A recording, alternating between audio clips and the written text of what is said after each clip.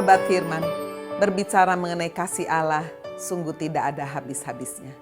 Allah tidak hanya menyatakan kasih kepada orang yang berdosa, tetapi bahkan kepada orang yang percaya kemudian jatuh lagi di dalam dosa. 1 Yohanes 1 ayat 9 berkata, jika kita mengaku dosa kita, Allah setia dan adil.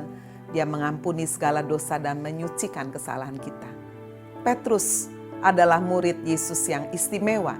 Dari 12 murid Yesus ada 3 muridnya yang istimewa, Petrus, Yohanes, dan Yakobus. Tetapi kita juga membaca dalam Alkitab bagaimana Petrus jatuh di dalam dosa yang besar. Dia menyangkal Yesus, tidak mengakui Yesus. Padahal dia adalah seorang murid yang terus berjumpa bersama-sama dengan Yesus. Sahabat firman, bagaimana Allah menyatakan kasih kepada orang percaya yang sudah jatuh di dalam dosa.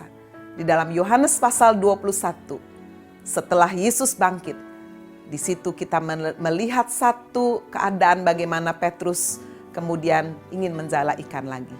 Yesus memakai peristiwa ini untuk memulihkan keadaan Petrus. Jika kita membandingkan dengan Lukas pasal 5, di mana disitulah untuk pertama kali Simon sebelum diubah namanya menjadi Petrus, berjumpa dengan Yesus dalam keadaan gagal sebagai seorang nelayan.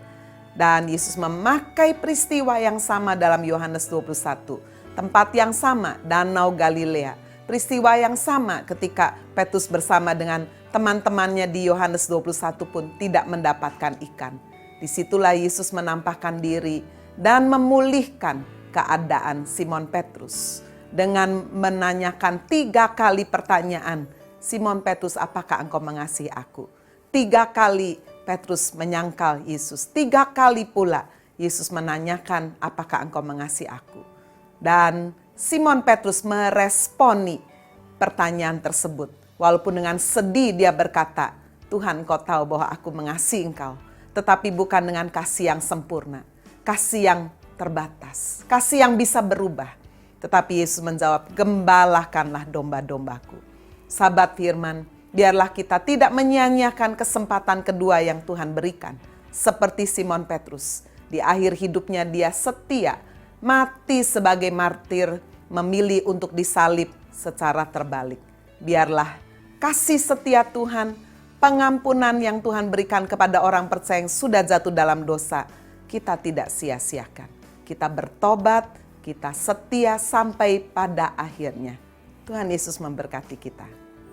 Ketika ku berseru, memanggil namamu, ketika ku melihat ada cahaya wajahmu, ketika ku bersujud, memuji dan menyembahmu, Yesus engkau